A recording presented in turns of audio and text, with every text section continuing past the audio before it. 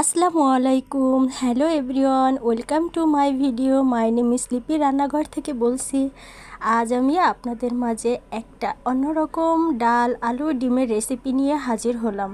তো এখানে আমি সর্বপ্রথম 3টা ডিম নিয়েছি, নিয়ে একটুখানি লবণ আর হলুদ দিয়ে সুন্দর করে ফেটে নিলাম। তার ফাঁকে একটু চা খেয়ে নিলাম, যেহেতু ক্লান্তি ভাবটা একটু দূর হোক।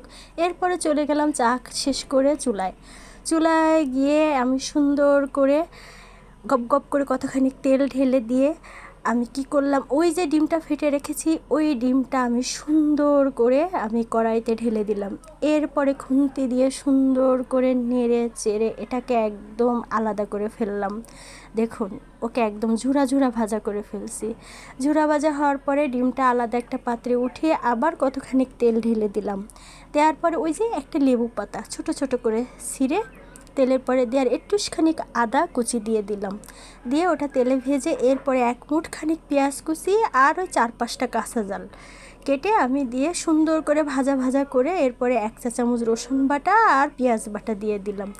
এরপরে 1 চামচ হলুদের গুঁড়া, 1 চামচ মরিচের গুঁড়া, স্বাদ মতো লবণ দিয়ে আমি তেলের পরে একটু নাড়িয়ে চাড়িয়ে ভাজা ভাজা করে কষিয়ে দিয়ে দিলাম পানি দিয়ে কষানোর আগে আমি ওই জিরার গুঁড়া দিতে ভুলে গেছিলাম, দিয়ে দিলাম 1 চামচ জিরার গুঁড়া।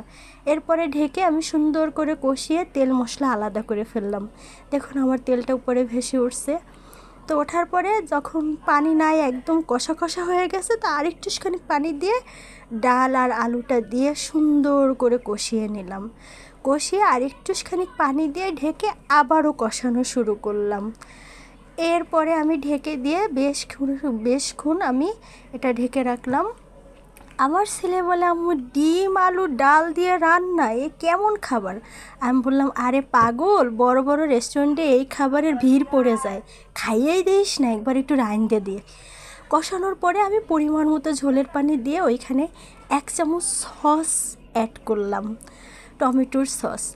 এরপরে আমার যখন ডালটা একদম টকবক করে সব কিছু উতলায় আসলো, আমি ওই যে ডিম ঝুরি করে রাখলাম ওটা আমি দিয়ে দিলাম, দিয়ে নেড়ে চেড়ে সুন্দর করে ঢেকে দিলাম। কিছুক্ষণ ঢাকার পরে ঢাকনাটা উঠিয়ে মাইরে দিলাম 1 চামচ গরম মশলার গুঁড়া, এরপরে দিলাম 1 চামচ জিরার গুঁড়া, দিয়ে আবারও ঢেকে দিলাম। ঢেকে কিছুক্ষণ রেখে উঠিয়ে আবার সুন্দর করে দিয়ে দিলাম 1 মুঠ খানিক ধইনা পাতা, দিয়ে নাড়িয়ে চাড়িয়ে নামিয়ে ফেললাম। দেখুন আমার ডাল আলু ডিমের রেসিপি।